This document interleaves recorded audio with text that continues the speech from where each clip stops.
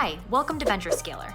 I'm Sasha, three-time head of people at venture-backed startups. And I'm Jake, 3 times ops and growth leader from the venture-backed startup circuit as well. And we're here dropping all of our best tips on how to scale your startup. Hi, Kaitlyn. Welcome to our show. We're so excited to have you today to talk all things people operations at scaling companies. I'm Sasha Robinson, and this is Jake, and we're excited to spend the next 45 minutes or so diving into all of the tricks and tidbits that you have to share with us. Jake, anything you'd like to say? I was going to say, welcome, Kaitlyn. Really excited to hear about you and your experience. I know that you're the director of people right now at PrimeGov, and from early conversation, a team of 1. So I'm super excited to hear about how you're dealing with that early stage company, 1-person show, and what your experience has been so far in getting that company up and going. So yeah, let's dive right in. Let's do it. Why don't you set the stage for anyone watching or listening and tell us a little bit about what your role at PrimeGov is like? Maybe start at the beginning, why you were hired, at what stage, and then what your role primarily focuses on right now. Yeah, so I'm Kaitlyn. I am the Director of People Operations at PrimeGov. PrimeGov is a GovTech SaaS company based here in the Phoenix area. We focus primarily on creating legislative management solutions for local government. And I was hired on as our Director of People. So I was hired on about a year ago. PrimeGov has actually, it used to be headquartered in Utah, and they were relocating to Phoenix. So they were looking for someone to head up their team here in Phoenix. And they were like, what better way to start than someone in people operations? So I was hired on board about a year ago, and I'm a team of 1, as Jake mentioned. So I am full stack people operations, so everything from the recruiting, so beginning of the employee life cycle, all the way through to the end, employee development, benefits, compensation, all of that fun stuff. So that's what I was hired on to do. I believe the next part was right now. So right now I am heavily focused on recruiting.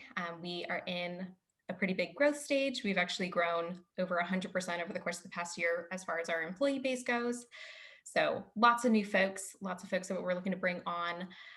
So primarily recruiting right now, as well as bringing on an HRIS and a new 401k provider. So managing all of that at the moment, which is always fun. Fun stuff.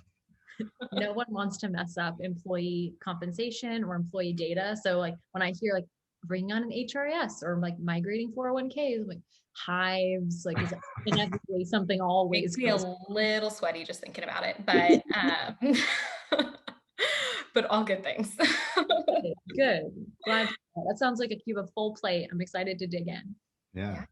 So excited to get back to that compensation, the HRIS, the 401k.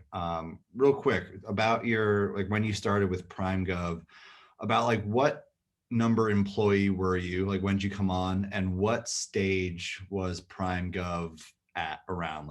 Where were they in terms of fundraising and people count, that type of thing?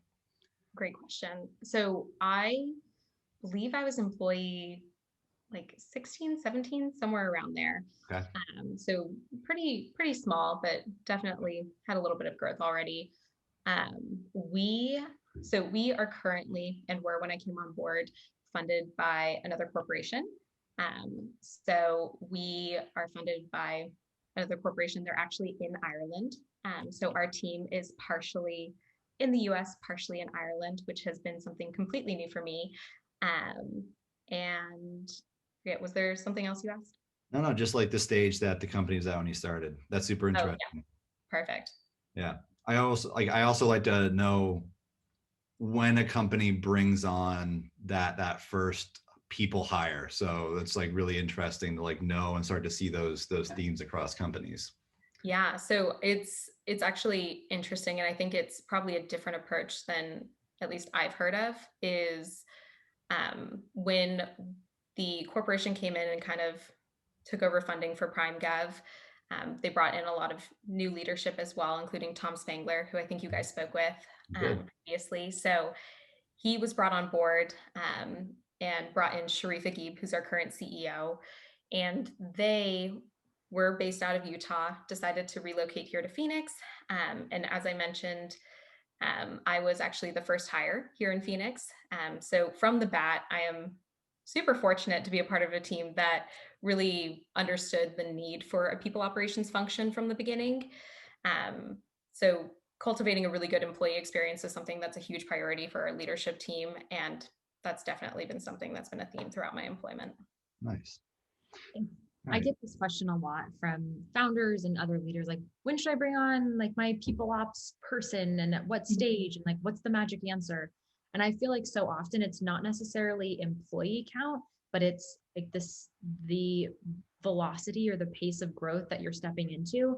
Yeah. Because you probably were at 16 employees for like a year prior to you starting, and there was limited growth, and then they hired you and they've doubled in size, and they need someone to facilitate that and facilitate it so it's not garbage and the employees don't hate working there, and there's like some focus on employees and culture.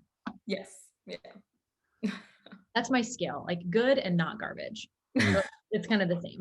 No between. Low bar, just not garbage, please. I'm curious, what are the most common mistakes that you see people in the people ops function make when they, like the first person at the organization? That's a really good question. And I'm not sure if I can think of if these are necessarily mistakes, but I think this is something that I've talked about a lot with other people operations professionals when we talk about things that we wish we had done.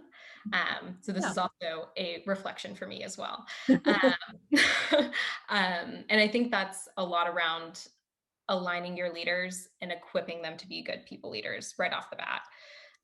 I think as important as it is, focusing a lot on recruiting, it's got to be the number one priority, got to grow the organization. But if you can balance that with making sure that you're equipping your leaders and equipping the people who are really going to be carrying out the employee experience for you,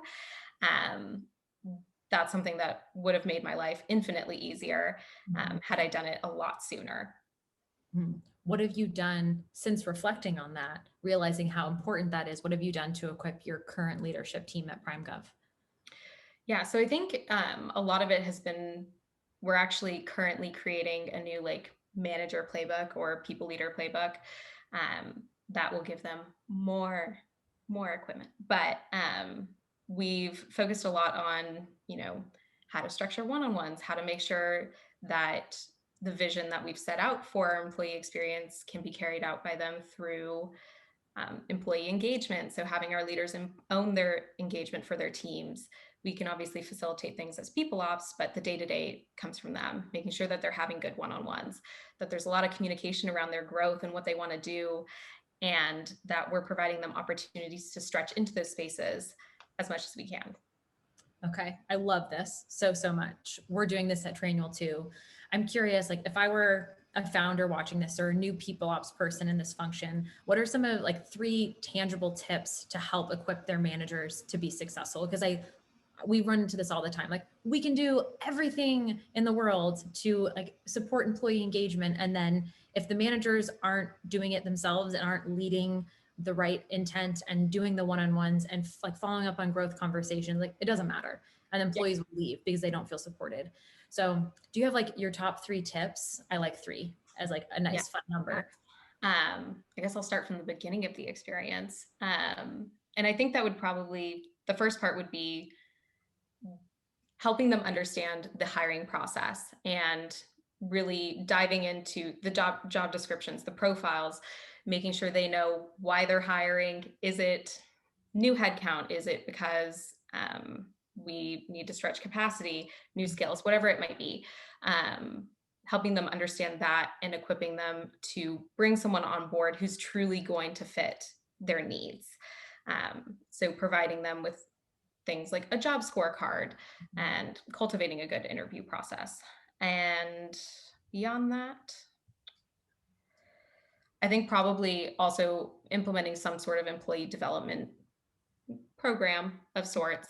So giving some tools and framework to say, hey, these are how you have employee like developmental conversations. This is how you can have a good, like well-structured performance conversation and still make sure that your employees are growing into the spaces that they want to, and that we're achieving our business objectives. And then, of course, making sure you have a well-structured one-on-one, giving details to how an employee or a leader and an employee can have a good ongoing relationship and have good communication, good circular feedback. I think those would probably be my top three. Nice. Oh, that's great. I like that a lot. So now, like where you are in your role currently, what are the people related things that you find are keeping you up at night, so to say? What are the things that, you're tossing and turning around, trying to, tackle throughout like your job right now? Yeah, I think this would probably, I think a lot of people operations folks this past year have run into this, but it's definitely employee engagement. Trying to make sure we're kind of making that shift, especially this past year, because we're 100% remote right now and probably will be for a while. Making the shift from in-person engagement, being able to host events, being able to connect with people in a conference room, taking a lunch, and then all of a sudden having that all disappear, and figuring out how to really nurture and keep the same quality of engagement remotely. It's something I'm constantly thinking about. Every time we'll roll out something new, and I'm like, oh, we need to do more. We need to do more, just because we can't see folks, and it's different. So that's definitely something that we've thought about a ton. Have you tried anything recently that like worked really well, that you were like really excited about the engagement you got from your team? It's not necessarily recently, but the thing that we've been consistently doing that I think works well is definitely, we call them game times, but they're really just trivia times. And they happen every few weeks on Fridays at around noon, because our team is also international. So we have some of our team members that are in Ireland. So it's like the time of day where we can get everyone, and we'll do trivia, and it's always so fun. We just have great people who have great senses of humor and very competitive spirits. So I know Tom is one of those people. So yes, anything sports related, Tom is all over. that's awesome. Question, kind of, sorry, I'm all over the place. Whenever we talk about this stuff, I get really excited and then my mind gets really jarbled, and this is just how so I know that a huge focus in your role right now is hiring and trying to like accommodate all of this growth while also doing remote engagement and comp and perf and manager coaching and leadership coaching. But I'd like to focus on the recruiting element of your role, because I think for early stage people ops folks, that's like 75% or more of what they're doing. Yeah. Usually, if you're joining a high growth team, they bring you in to help build the infrastructure and automate a lot of the hiring work. So I'm curious, do you have a hiring philosophy? And if so, what is it? So I don't know if it's a true hiring philosophy, but every organization I've been a part of, I've been really fortunate to be a part of teams that do values-based recruiting. So that's something that I've definitely taken with me here. It's just the idea that we obviously hire for the job requirements. You have to be able to perform the job. But at the end of the day, the real deal breaker and what gets you the job is the fact that you meet our value standards. And that, for us, that means being transparent, being motivated, being a people first person, having no ego. And so being able to fit those qualifications over everything. One of my first leaders would always say, hire for attitude, train for skill. And that's something I will never forget, because you can hire someone who's great at their job, but if they have a poor attitude, you can't change that. That's fair. How have you been able to adequately measure someone's values fit in the interview process? Yeah, I'll say that's something that we have not been perfect at. There's no necessarily values like scale, but we understand what components we're interviewing for. So we'll ask specific questions around the values. And based on how they respond, we'll hear like, are there any red flags there? Is there anything that raises a concern that maybe they do have an ego, or maybe this is someone who isn't very motivated in their work? So more looking out for red flags than anything, if that makes sense. Have you, follow-up question, have you ever had to terminate anyone or like been a part of the termination process for anyone who is not values aligned, but still was performing in their role?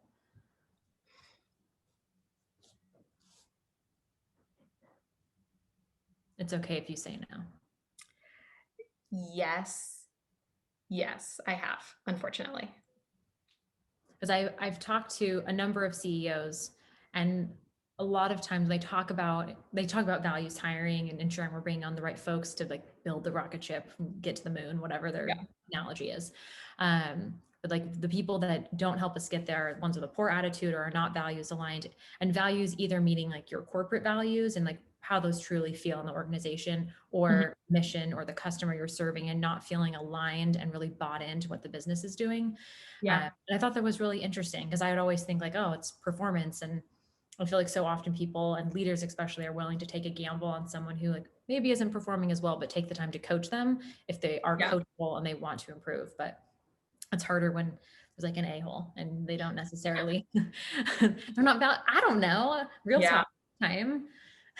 No, I completely understand that. And I think like the more I think about it, there's been a couple, but I think it's obviously it's hard letting anyone go, but of course, someone who is not contributing positively to your team, they might be performing themselves, but their attitudes and how they exist in the workplace might be impacting negatively their team, which long-term is going to have a lot higher operational repercussions.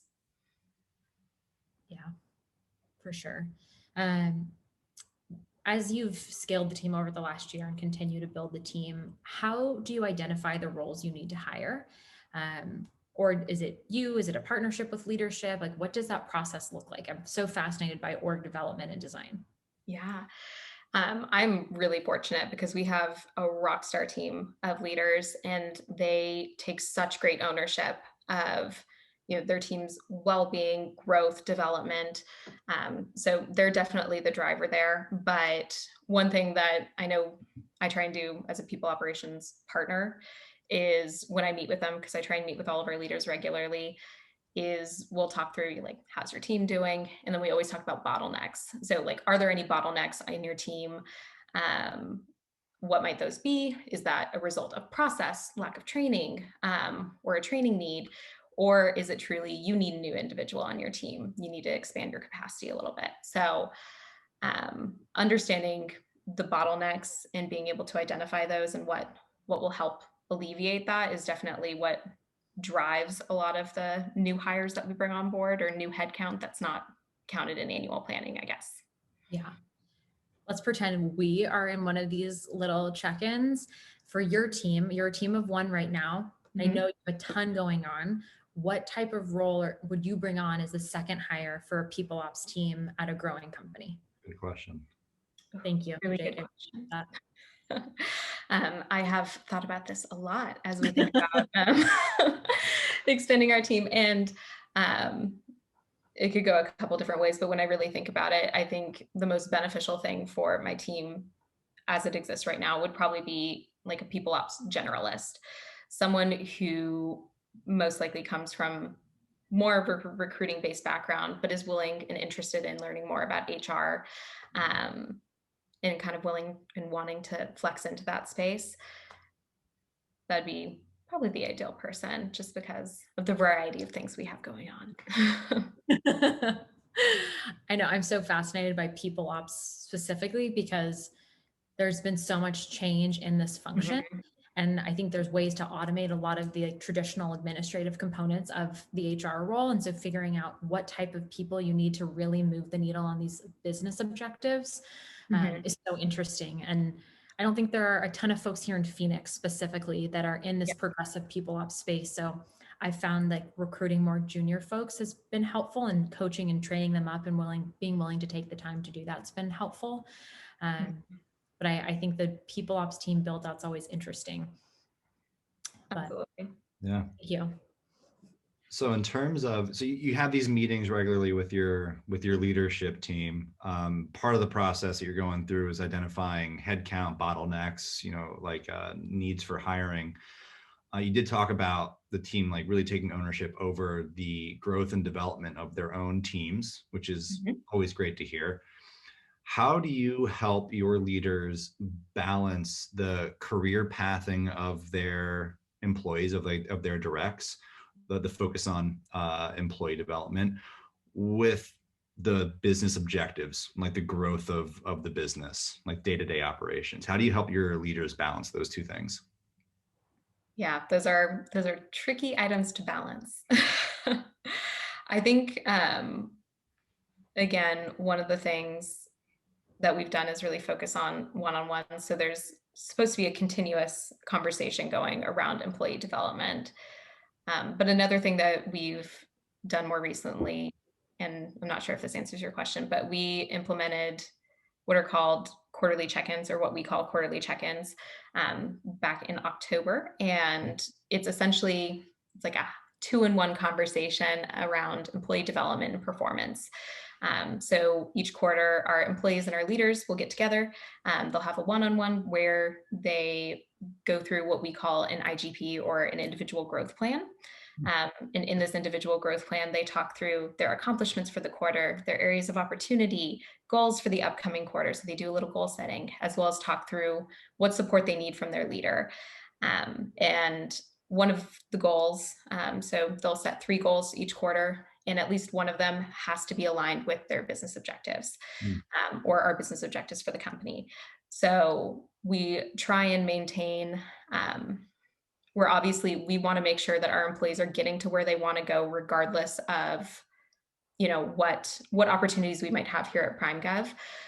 We hope that they'll stay with us and grow with us as long as possible, but providing them the opportunity to talk through what they want to do, reflect on their accomplishments, set upcoming goals, and make sure that those goals are in line with what we're planning to do as an organization. I'm not sure if that answered it, but I think that does. I mean, yeah, I'm at a company right now that's doing like the same thing. You have like your individual development plan. I like the focus and like the forcing mechanism of, hey, one of these goals for your professional development needs to tie back to a business objective. So yeah, like that's a great answer to how to balance the two. So thank you.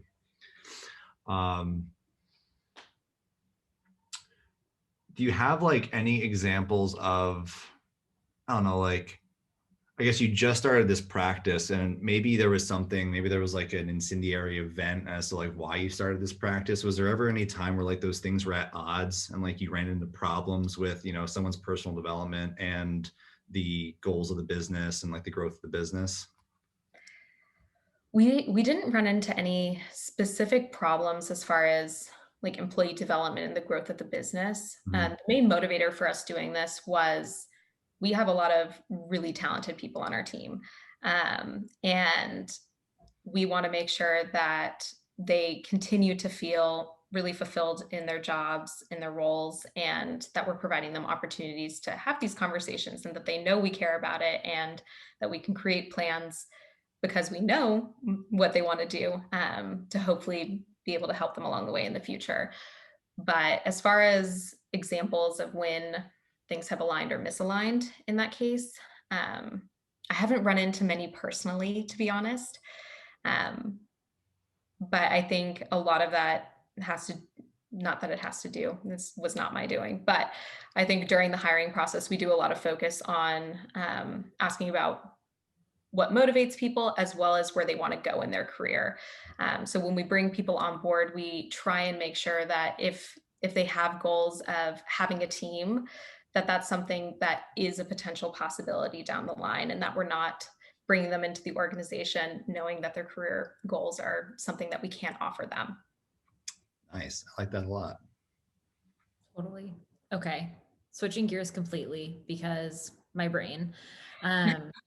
So I talk about having a full stack people ops role, and I built my team to be full stack as well. And I love it. And I've stolen it stolen. That's a word, right? Stealded. I've stealded it from engineering. And whenever we post roles for End, we always post our tech stack. So we're in Ruby on Rails and Heroku. My engineering team is cringing right now as I attempt to list out our tech stack. But I think about people ops in the same way. We have our tool for engagement and performance, and our HRIS and our ATS and our 401k provider. So I'm curious, do you have a go-to people ops stack and tools or software systems that you gravitate to as you build out the people ops infrastructure on a new team? Are you saying specific brands or? Yeah, I mean, it could be the essential types of tools, Gotcha. ATS, and then if you have a preferred brand or a couple of rock star brands in the space for folks that are just starting out and don't know where to start. Yes. So I think it definitely depends on what your plans are for the year. So, if you have really aggressive hiring goals, if you're going into an organization that might not have those. I know when I came in, they were like, here's the long list of people that you're going to hire this year. And I was like, okay, the first thing I need is an ATS. And for those watching that don't know what an ATS is, it's an applicant tracking system. Yes, applicant tracking system, a recruiter's best friend. So we brought in an ATS, we chose Lever. We absolutely love it. And so that was my first piece of technology. And then we inherited some technology from our Irish partners. So we had some European tech there for a minute. But the next thing that I would have chosen to bring on is an HRIS. I think it's just such a powerful way to be able to manage your employees as well as also help you provide reporting. If you get an ATS that reports, which I highly recommend, or has reporting capabilities, because we try to be very data driven.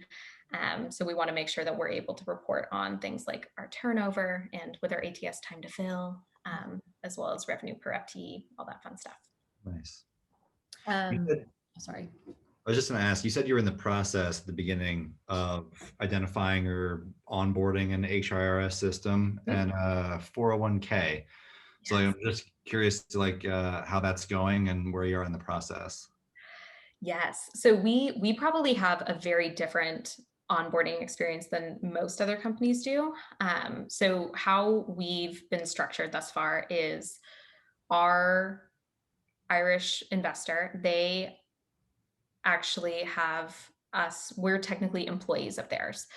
So two different tax IDs, but we are employees of that organization. So when we're bringing in an HRIS or a 401k, all US employees for that company, it's called Propelon, as well as us are under one system of benefits. So I'm not only managing the PrimeGov employee tech stack or our benefits, but also taking into consideration Propelon, which has a completely different leadership team, completely different budget, their US employees, and working with their team and our team to get these on board. So it's definitely, there's a lot to unpack with that. But so bringing on the HRIS, one of the things we would have done it sooner, but had to make sure that both organizations were aligned. And so we're bringing that on right now. We are just at the beginning of the implementation process. We're actually bringing on Rippling, which we've left thus far. It's been a pretty easy breezy implementation at this point. And then for 401k, very similar situation, trying to make sure we're aligned as far as what we want to do with our 401ks. Do we want to match them? Do we not? And we have chosen to bring on Human Interest as our partner there. Do you have any tool for performance or engagement? We don't have any tools for performance or engagement as of now. That's something that we've had a lot of discussions around. I think probably engagement more so than performance at this point, just bringing in something to help drive and assist there, but definitely something that we'll probably bring on within the year. Do you guys have a preferred tool for that? Yeah, What do you we use Culture Amp at Trainual for engagement and performance, and I love it. I love their brand. I think how they identify and the like social stances they take. And I was talking about this earlier today, actually, but we love them. And so they're our engagement and performance tool. We use Lever as well for our ATS. Recruiter's best friend. I love their LinkedIn integration. It's the best. Like Fantastic. sponsor. I freaking love you guys. And then for an HRIS, we actually use a PEO. We use JustWorks right now. We were on Gusto for a while, but I wanted us to have access to richer benefits through large group rates. So we're doing that now. And then once we're over 50 employees at some point early 2021, then we might potentially consider moving to a more traditional HRIS like Zenefits or Rippling. Very cool. Yeah. It's so fun. I love HR technology. I could talk about that all day long. If I wasn't the head of people at Trainual, I would be running my own HR technology company and doing something cool. But I feel like there's so many amazing HR tech companies out there. I'm like, what else could I do? Nothing. Yeah. I'm redundant. I doubt that. I don't know.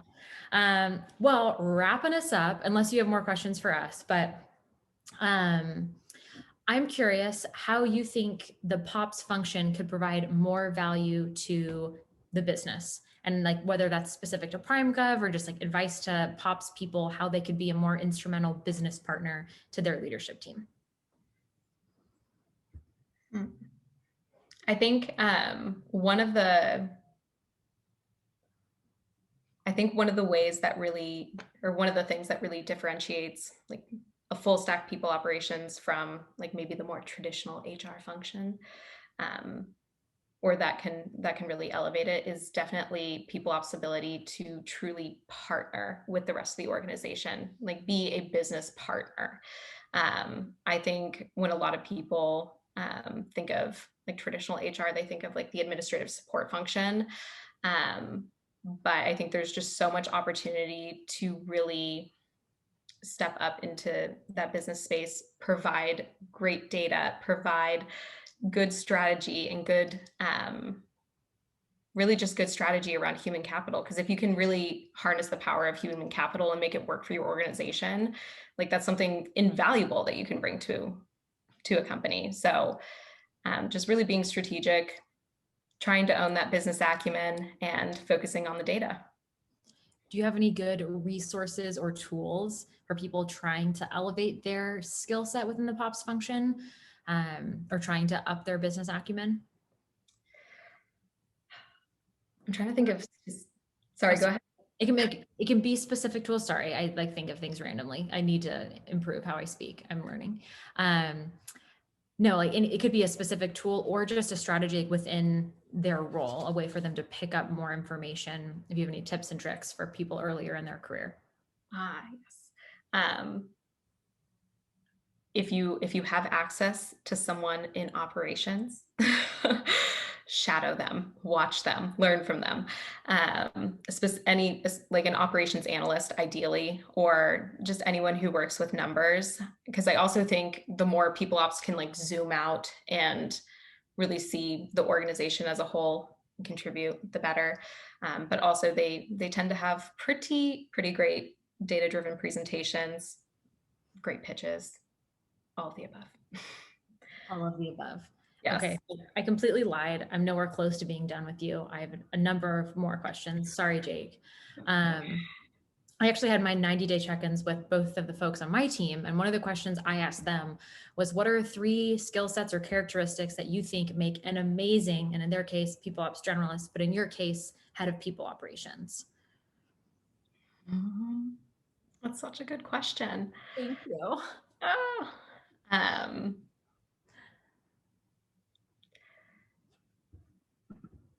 I think there's a lot of things. But first and foremost, just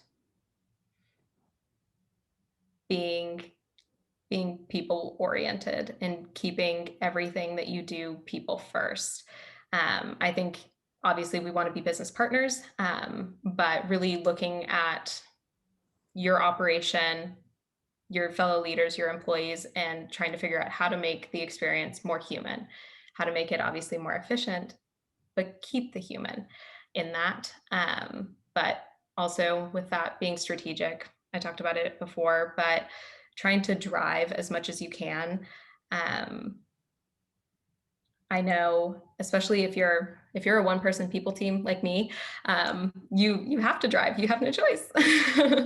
And so finding the areas of the business that are going to need help in a few months, planning for that, and making sure that you're as prepared as you can be.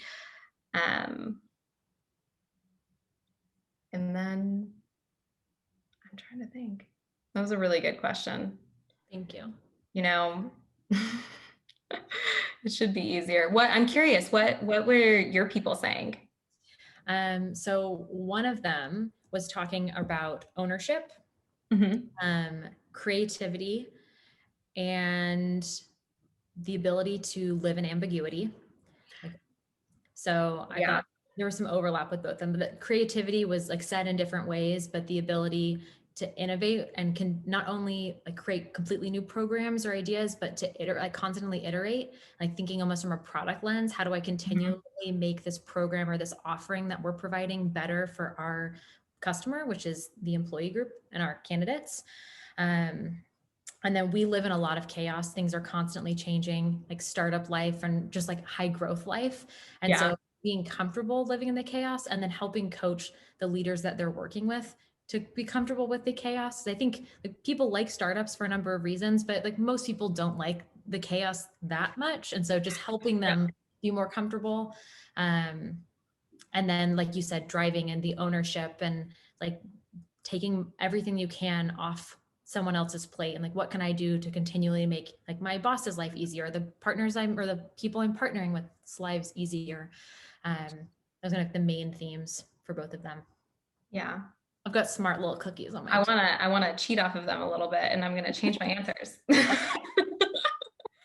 But I do think I love the piece about ownership. I think that's perfect. But also just like being agile and oh my gosh, I'm just blanking on everything now. No, you're totally fine. Ideas about 30 seconds ago. Yeah, just steal theirs. That's fine. They're very nice. They're fine to share. We'll own that. Perfect. Okay. Jake, all of my rambles done. You may continue with some of your questions. So sorry. No problem. This is a good conversation so far. Kaitlyn, what tangible steps have you been taking to address diversity and inclusion at PrimeGov? Any initiatives? What have you been focusing on? Yeah, I think I'm hoping that's been a topic of conversation for all organizations, especially this past year. But at PrimeGov, I think we are super fortunate because we're an international organization. So we have a significant amount of our employee base is from other countries. They come from different realities, different places, which has really aided in this conversation. But we've just had a lot of talk about how do we make our workplace more equitable? Like, how do we take out bias? How do we increase conversations and increase vulnerability when we can? And I think one of the more tangible things that we did was have a lot of conversations about that early stage kind of referral. I don't want to call it a slump, but we rely a lot on referrals. When you're early in an organization, you're like, I know this person's great. I know that they'll be wonderful and they'll love working with us. And relying on referrals is wonderful, but because it tends to get you some great people, but it's not always the most equitable. So finding or making sure that we're posting all of our jobs online and making them open for people to apply if they want to is one of the things that we've done. And again, we're international, so we have what we call a sharing cultures channel in Teams, and it's a space where people can share anything related to where they're currently located. Well, sometimes it'll be anything from like current events that are going on in other countries, or it could be as casual as what is it, sunset pics from Ireland, which we love as well. But just trying to create space for these conversations, trying to encourage them to happen, and just trying to find ways that we can all not only just bond over similarities, but also enjoy the differences between us as well and kind of find joy there. Yeah. What have you done in the like sourcing and hiring process to ensure that you can attract diverse candidates to your business? And like side note, why this is important, Tori on my team, she's very passionate about diversity, equity, and inclusion, has done a great job advocating for us to be very vocal about our stances, because internally we're super supportive of all of our LGBTQ employees, but that's not necessarily reflected on our website. And we had a candidate the other day say, the only reason that I responded to the message that you sent me was because you specifically mentioned DEI in your section, like your about section on your LinkedIn page, and you had she and hers pronouns on your page. And I dug into you more and I realized you were an out gay woman at Trainual, and that was celebrated, but I've had some really poor experiences in the past. So I will only talk to people that are explicit about their support of the LGBTQ community. So I know that I will be treated fairly and I will be safe at work. And for that, like for me, I was like, oh my gosh, like I'm the worst. Like we need to be more vocal about what we're doing and who we support, so we can continue to attract diverse candidates and they feel safe at Trainual. But I'm curious if you found anything to be successful, or like you've had messaging with sourcing. It's kind of a long-winded ramble question, but it's been top of mind as of an hour ago talking with my team. Yeah, so I think that's an area that we could absolutely improve in. I don't think we're capitalizing on that enough. We try and post to a variety of different job boards and get as much exposure as we can. But as far as truly targeting and embracing that piece of our culture, we haven't done a good job of evangelizing that. But it's interesting that you bring this up right now, because tomorrow morning I have a meeting with our director of marketing, and we're talking about redoing our careers page. And that is a component of it. So we will hopefully have some additional messaging kind of to target that aspect of our organization. Nice. Very Such cool. important work. All right, to wrap things up, it was one of my favorite questions. Just what is one piece of advice that you would give to an early stage people ops person, whether it's a one person show or, you know, they're leading an entire team? What's that one piece of advice you'd give them they're looking to build and scale their team? They're going through that growth phase. Only one piece. Okay. And I'll say, I will say, I don't think any of the advice I have is actually my advice. It's definitely someone else's, someone more wiser, more wise than I am.